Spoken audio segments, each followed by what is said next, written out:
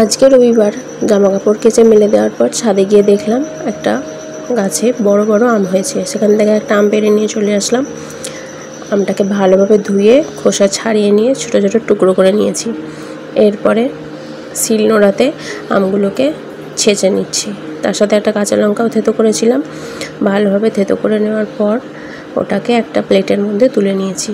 এটা হচ্ছে আমাদের কাঁকুড়ে শিল না পাথুরে শিল জানি না, সামথিং বেটার দ্যান নাথিং, মাঝে মাঝে কাজে লাগে আর কি।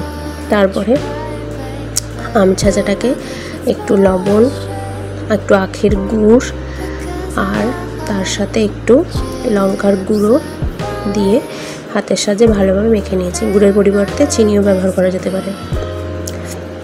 তারপরে হয়ে গেছে আম মাখা। আমার বলতে বলতে আবার জিভে জল চলে এলো। তো যাই হোক, আমার এক্সপ্রেশন দেখে বুঝতেই পারছো এটা কেমন হয়েছে। দারুণ টেস্টি, বানিয়ে দেখতে পারো, কেমন লাগলো জানাবে।